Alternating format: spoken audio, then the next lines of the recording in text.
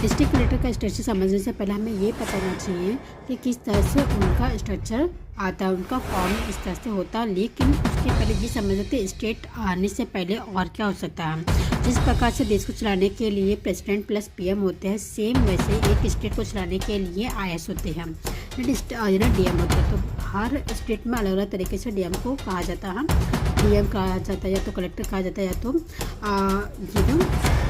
IAS का जाता है। तो हर एक तरीके का अलग अलग पैटर्न। तो अगर इसकी बात करें तो पहले बात करते हैं हम जो स्टेट है, जो गवर्नर प्लस सीएम होते हैं, इनकी हेल्प करने के लिए कौन होते हैं, आईएएस होते हैं, जो कि जिन्हें कहा जाता है चीफ सेक्रेटरी कहा जाता है। अगर मैं नेक्स्ट लेवल बात करूँ तो डिवीजन को कहा जाता है मंडल। तो मंडल का इंचार्ज कौन होता है, डिविजनल कमिश्नर होता है, जो कि मुंबई की कौन है यानी महाराष्ट्र के कौन है, डॉक्टर वी.एन.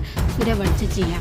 अब आते हैं डिस्ट्रिक्ट में, यानी कि डिस्ट्रिक्ट यानी हर एक डिस्ट्रिक्ट की बात करें, ऐसे नॉट अ पर्टिकुलर डिस्ट्रिक्ट, हर एक डिस्ट्रिक्ट में बात किया जाएगा तो उनके हेड कौन होते हैं, कलेक्टर, डीएम या डिप्टी कमिश्नर, यानी कि हर स्टेट के अकॉर्डिंग आ जाता है। यानी हर स्टेट में यानी कि उन स्टेट में किस तरह से कौन क्या बोलता है उस अकॉर्डिंग कहा जाता है। मैं अगर बात कर जाता है सब डिविजनल में बात करें तो इनका इंचार्ज कौन होता है, एसडीएम और एसडीओ होता है, क्योंकि एसडीएम कहा जाता है हम सब डिविजनल मजिस्ट्रेट और हम एसडीओ को कहा जाता है हम सब डिविजनल ऑफिसर्स कहा जाता है। अब आता है तहसील की बात करें तो तहसील का इंचार्ज कौन होता है, तहसीलदार होता है।